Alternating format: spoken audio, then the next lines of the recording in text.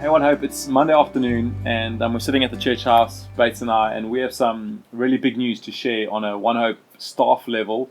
Back in December already, we made a significant decision and we wanted to communicate it in person, but just with the reality of everything going on, we don't know how long that's going to be. So we thought, let's go ahead and do it on video. And the big headline is that Bates is going to be stepping off staff and going back into marketplace work. And this is going to come as quite a surprise to many of you, quite sudden news, but actually it's something we've been processing in the background for 24 months or so. Included outside voices, Ryan and Steve in particular from Jubilee and Common Ground have just come and helped us process the things that we've been thinking through, and there's a great peace in our eldership team, a great peace in our hearts. Bates is with us, and I would just love him to share a little bit more of what's going on in their hearts around this move. Yeah, Paulo, thanks so much. It's been an amazing 5-year journey, and just reflecting on my time on staff, it's been incredible just seeing the fruit in kids ministry and on youth level students, serve stellies. Just such a joy to have had the privilege of being on staff for so long. And it's been a really tough decision for Jen and I to make this move and this call, and even with my eldership hat on, it's been a hard call to make. But certainly feels like the right call in this season. It was a real faith call from elders 5 years ago, as you know, to bring me on to really focus around next gen ministry, and that's really something we feel as a church we're called to focus on, kids ministry and youth, and so that's been a lot of my focus. And then also around muscling up around being a church that plants churches. And Jen and I, we felt that as a primary call in our lives for years already to be a couple that leads a congregation or a church, and so this was kind of part of that. And it's just been an absolute joy to be on staff and feel part of it, learning on the front lines, yet not quite leading the church and having that pressure, but just learning the ropes, the back end, the church stuff. It's been incredible. And we're just hugely grateful to have had this opportunity for the past 5 years. Over the last 2 years, as you shared earlier, you and I have obviously been journeying together and saying, God, what does the future look like for One Hope? What does it look like for the Hoatsons, the Arlites, and the future of where we're going as a church? And that led us to midway through last year, taking a week away, just Jen and I, to pray and to say, God, like, what do you have for us in the future? What might that look like? And we came away from that having a real sense that now is not the right time for Jen and I personally to take a congregation or to lead a congregation, and I brought that back to elders and to the outside voices, and just together discern and really have faith together that actually it's not the right time for One Hope or for us to lead a congregation. So that's part of the move towards marketplace, and we've got real faith that it's a good and the right call. So then, I mean, the obvious question is, right, you guys feel that God has called you to lead a church longer term. Yeah. We felt that for a long time as elders. Yeah. We don't feel like the season is right now.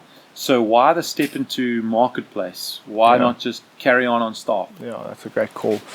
So part of the story, the backstory there is that as Jen and I have been processing and praying over the years, more and more we're feeling like God might be calling us to lead in an under-resourced environment. And just joining the dots there, it seems that bivocational ministry may be part of our future in church ministry and leading in the church. And so it really does make sense, it seems to us, to move in that direction, to get skilled up, to get equipped, to get connected and experience in the marketplace. And so we're actually really excited for what this could mean in terms of us stepping into that role of leading in a church community at some stage, specifically potentially in an under-resourced space. Yeah, I want to really commend you guys. I want to commend your courage in making a call like this along with the elders. I know it's been a group call for us, and it's been one that we've all wrestled with, but I just want to seriously commend your courage in this environment to step out in the faith that you are. It's just it's a real lesson and a challenge to us around our own faith. So because this is a family moment, I think it's just so helpful to have a conversation about the financial stewardship side of this as well.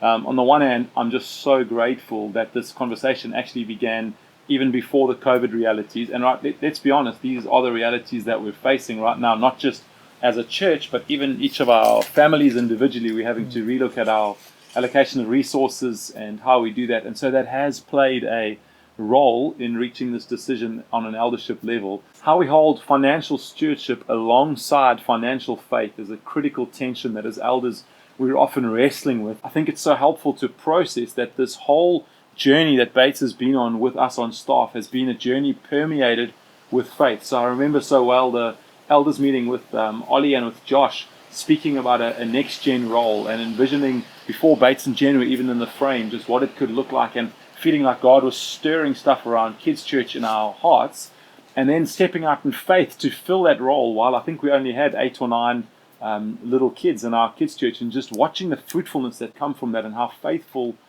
God has been. And so we from that stage right through to watching the faith-filled response of Bates and Jen that I was speaking about just now, it just feels like faith is permeating every aspect of this decision. And so we do want to face the facts. We do want to, as good stewards, face the financial facts of where our church is at.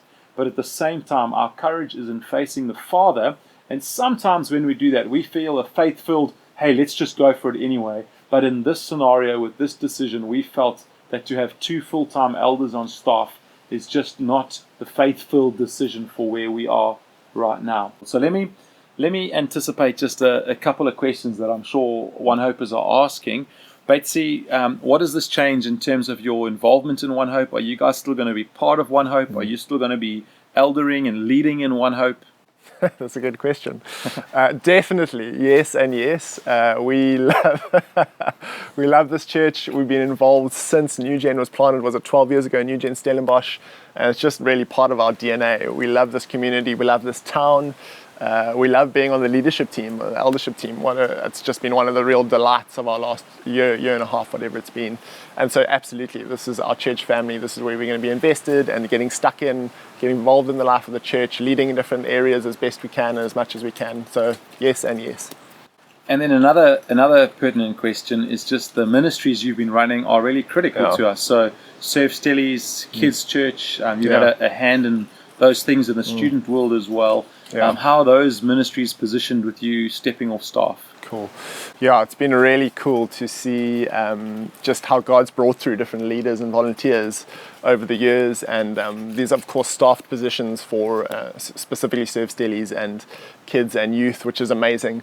But definitely there are going to be gaps that come. There's going to be spaces to fill. There'll be changes that need to be made. But I'm so full of faith and hopeful and expectation, because I've just seen how One Hopers have come to the party every time as gaps come up, and guys have just come and brought their contribution and their gifts, and I just know, and I'm excited to see who those people are that are going to come through as those gaps open up in the different ministry areas, and we're going to be able to serve God together. So yeah, really amped actually. Batesy, I want to just finish off just honoring you as a man, being on staff, just the fruitfulness that we've seen in your life, the faithfulness. I know you're a man of prayer. Jen as well, alongside you. You guys have just been an amazing team, and I know it's just a change of scenery on our journey, but I do just want to take a moment to really thank you for everything that you've brought and will continue to bring to One Hope. And then guys, for One Hopers, I'm sure many of you would wonder how you could help Bates and Jen. Just 2 really great ways to do that. The first is that Bates is looking for new work from the 1st of April, and so just networking, and if you know of a job opportunity that would suit him well, hey man, why don't you give him a shout and just chat it through with him. And then also, as we've been talking about in our series at the moment around faith and prayer, it would be so wonderful for us as a community to really deeply pray for Bates and Jen in this next season, and just everything that God is leading them forward in. And even though this is a faithful moment, does not mean it's going to be an easy moment. So this is the big news we wanted to share with you guys. Thanks for watching today. If you have questions, hey, feel free to touch base with Bates, myself, someone else in the leadership. We'd love to sit down and just expand on this a little more. God bless you. Thanks for watching. We love you.